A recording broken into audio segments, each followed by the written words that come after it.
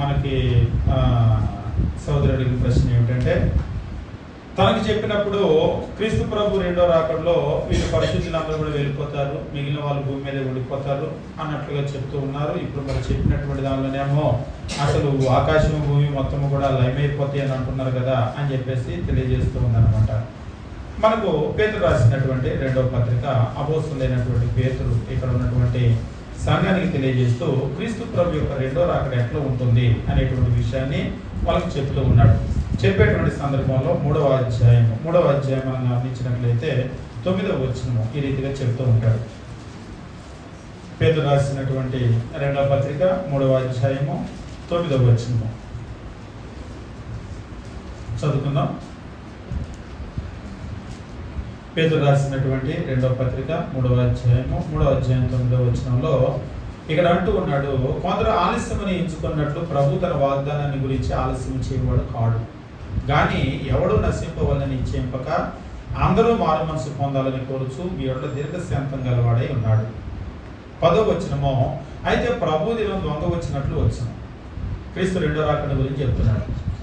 ఆ దినమున అంటే ఆయన వచ్చేటువంటి దినము, ఆ దినమున ఆకాశములు మహాధ్వనితో గతించిపోవును, పంచభూతములు వికటమైన వేండ్రంతో లయమైపోవును, భూమి దాని మీద ఉన్న పుచ్చాలు కాలిపోవును. మనకు బైబిల్ చెప్పేది అది.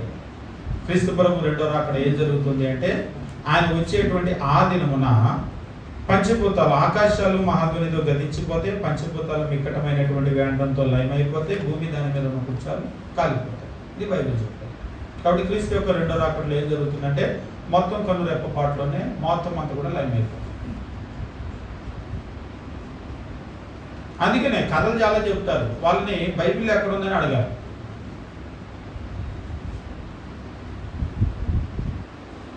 మనకేంటంటే ఇప్పుడు ఎవరో చెప్పారు, నేను విన్నాను. ఇప్పుడు నేను వినేసి అబ్రహాము వాళ్ళ నాన్న బయటికి వెళ్ళినప్పుడు అని ఆ కథ అంతా చెప్పాను అనుకోండి, పాపం నాకులాగానే వాళ్ళు కూడా బైబిల్లో చూసుకోలేదు, నమ్మేశారు. వాళ్ళు ఇంకొకరు చెప్తారు, నమ్మేశారు. అలా ఊరంతా చెప్తారు, ప్రపంచం అంతా చెప్తారు, నమ్మేస్తారు. ఎందుకంటే బైబిల్ తెచ్చేవాళ్ళు లేరుగా. మనం చక్కగా జిప్ కవర్ వేసుకొని అట్టేసుకొని బైబిల్ అందంగా పెట్టుకోవటమే కానీ తెలిసి చదివేది లేదు కదా. అందుకని మనల్ని మోసం చేయడం తేలికైపోయింది ఎదుటోళ్ళు. అదే మనం బైబిల్ తెచ్చాయా మీరు చెప్పింది ఎక్కడ ఉంది అని అడిగామనుకోండి, అవును. కాబట్టి ప్రధానమైన సమస్య ఏంటంటే, మనం బైబిల్ తెరిచి ఎవరు ఏం చెప్పినా ఇది ఎక్కడ ఉంది అని. ఇప్పుడు నేను ఇది చెప్పాను, ఎక్కడ ఉంది అని అడిగావు, ఇది తీసి చూపించాను. ఇంటికి వెళ్ళిన తర్వాత కూడా నువ్వు చూడవచ్చు. రేపు వాళ్ళు ఎవరైనా కనబడినప్పుడు మరి ఇట్లా ఉంది కదా దేవుని వాక్యం, మీరు అట్లా చెప్పారేంటి అని అడగవచ్చు. కాబట్టి బైబిల్ మనకు సమాధానం, మనుషులు ఏం చెప్తున్నారు అనేది కాదు. కాబట్టి క్రీస్తు